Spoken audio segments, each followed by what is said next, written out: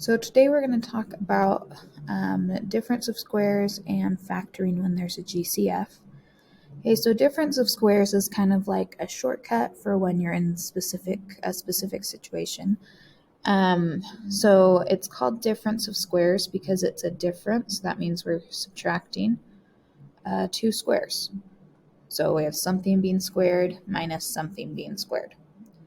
And when we have a difference of squares, when you do your factoring process, the trick is that it will always be whatever is being squared, a plus b and a minus b. Okay, so let's look at an example. Let's say we have 4x squared minus 25. Okay, now we can see that right there both things are being squared. In the first one, the 4x squared, if we ask ourselves what is being squared, what squared gives us 4x squared, that would be 2x, right? 2 squared is 4, x squared is x squared, so we get 4x squared. Okay, the second part, 25, is 5 squared. Okay, so what that means is when we factor it, we're going to take our 2x, and that's going to go on both of them. One's going to have a plus, one's going to have a minus, and then we're going to stick our 5 in there.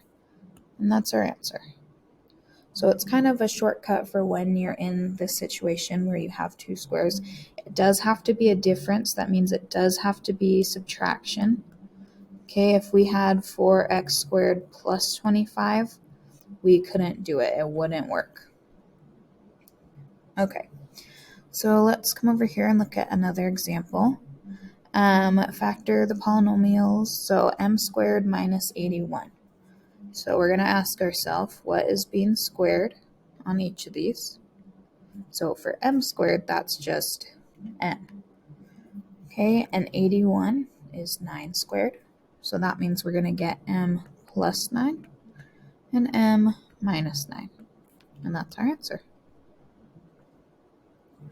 All right, so that's difference of squares. It's pretty quick. Now let's look at some problems with GCFs. So, number 2, 2x squared minus 22x plus 60. So if you remember, our very first step when we're factoring is always to check for a GCF.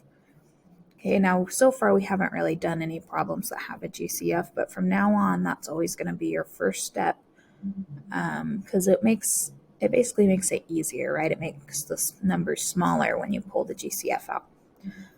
So we have a GCF of 2 here. So we're going to pull that 2 out and then divide it away. So what's left, we would have x squared minus 11x plus 30. Okay, so now when we go through the rest of our factoring steps, it's basically going to be the same. We're going to kind of ignore this 2 for a second. I like to circle it so I don't forget it in my answer at the end. But while we're factoring, we can just look at our quadratic. Okay, when you pull a GCF out, make sure you're not using your old equation. We are using our new equation now. So x squared minus 11x plus 30. So my a value is 1, b is negative 11, c is 30.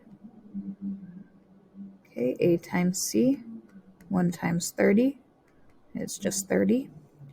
So I need two numbers that multiply to 30 and add up to our b value, which is negative 11.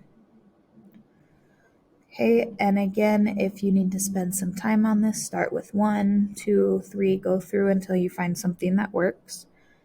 Okay, so this is going to be negative 5 and negative 6. Okay, remember when you're multiplying to a positive number but adding to a negative, you can do two negatives because a negative times a negative is a positive.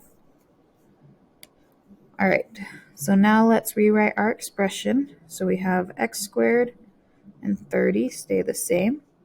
In the middle, we're going to put our two numbers, negative 5 and negative 6, and then we're going to add our x's to it. Okay, right, because technically we're just rewriting negative 11x, so we need to keep our x's on there. Okay, and then we can do our grouping. Of the first group, our GCF is x, so that's what we're going to pull out, and then divide by x. What's left? We'll get x minus 5. Of the second group, our GCF is 6. Because that very first one's negative, though, we have to make sure we pull out that negative. So we're pulling out negative 6, okay, which gives us x minus 5. All right, so we check here, make sure they're the same, x minus 5 and x minus 5. We're good there, so we pull out our x minus 5. Okay, and then when we divide that away, what's left is our x minus 6. Okay, now before we circle our answer and say that's it, we can't forget our 2 that we pulled out. So we're just going to stick that on the outside. So our final answer is 2 times x minus 5 times x minus 6. Okay, and just remember, if you get the x minus 6 and x minus 5, switch, the x minus 6 is in front, x minus 5 is second. That's fine. It's the same thing. All right, so that's one with a GCF. Okay, so let's look at our error analysis. Pause the video and try and look at this on your own, and then continue the video and check your answers. All right, so if we look at this, we can see we have a GCF of 2, right? Just like they did here. So we pull out our 2, we have 2k squared plus k minus 6. Now this minus 6 is the issue, right? Because we started with minus 6. If we're pulling a 2 out, that means it's going to turn into minus 3. Okay, so then we need to do our factoring. Let's see, there's not a ton of space, so I'm just kind of going to squish it in here. So A is 2, B is 1, C is negative 3. Okay, remember we're going off our new equation, not our old one. A times C is negative 6. So we need two numbers that multiply to negative 6 and add up to 1. So that's going to be 3 and negative 2. Okay, and then we can set up our factoring. So we have 2k squared minus 3. Inside we're going to put plus 3k minus 2k. If you flip those and do negative 2k plus 3k, that's fine. You'll get the same thing. Okay, do our grouping. Our GCF of the first group is k. What's left is 2k plus 3. Remember, we're just doing our division. Second group, they don't really have anything in common except the first one's negative, so that means we have to pull out a negative. So we're just going to pull out negative 1 since they don't have anything else in common. And that's just going to flip our signs, so we have 2k plus 3. Okay, so we end with 2k plus 3, pull that out front, divide it away, and what's left is our k minus 1. Okay, last thing, make sure we stick our 2 on our answer. So 2 times 2k plus 3 times k minus 1. All right. Okay, number 2. Factor completely 6m squared minus 2 or 12m. Okay, so now this one's a little bit tricky because it looks kind of like a difference of squares, right? Because it has a minus. But we have to pull out our GCF and see if it really is a difference of squares. So of this, our GCF, what they pulled out is 3m, but we can actually pull out a 6, right? Because 6 goes into 6 and 6 goes into 12. So we're going to pull 6m out and then divide by 6m. So we get m minus 2. Okay, and then this one's kind of a nice one because we're just done. We don't even have to do our difference of squares. We pulled it out. We don't have any more squares. Everything's a linear term, so we're all done. All right. I want to do one more example of a difference of squares, but we're going to do one that has a GCF. So let's say we have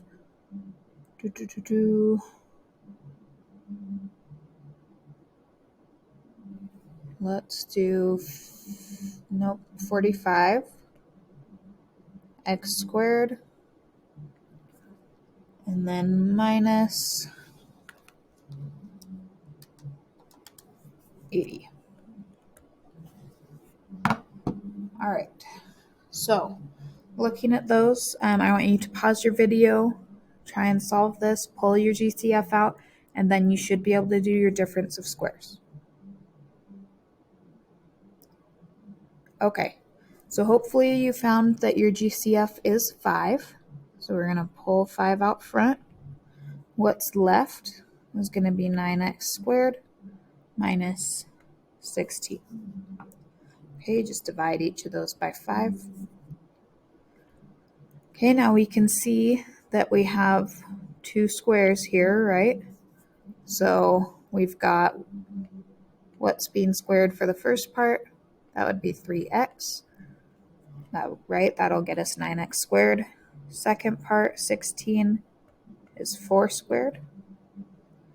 Okay, so that means our answer is going to be 3x plus 4 times 3x minus 4.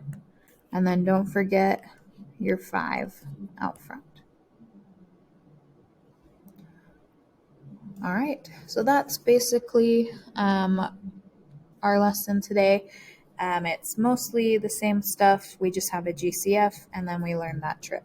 So make sure when you're doing all your factoring problems from now on that you remember that step 1 is to check for a GCF. Okay, you want to do that every time now because any problem could have a GCF. And if you don't factor out the GCF, you are going to get the question wrong. All right.